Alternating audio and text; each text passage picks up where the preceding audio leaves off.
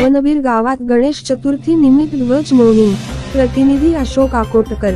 बावनबीर गणेश चतुर्थीच्या पावन निमित्ताने आज बावनबीर गावामध्ये राष्ट्रप्रथम प्रतिष्ठानतर्फे ध्वज मोहीम राबविण्यात आली।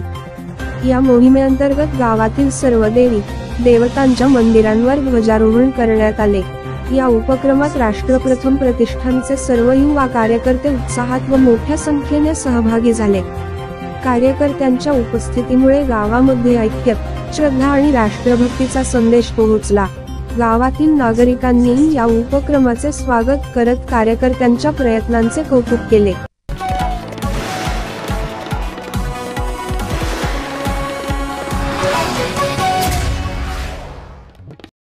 सत्यशोधक न्यूज चॅनलच्या बातमीला आवश्यक लाईक करा, चॅनलला सबस्क्राईब करा आणि बेल आयकॉन प्रेस करा। राष्ट्रप्रथम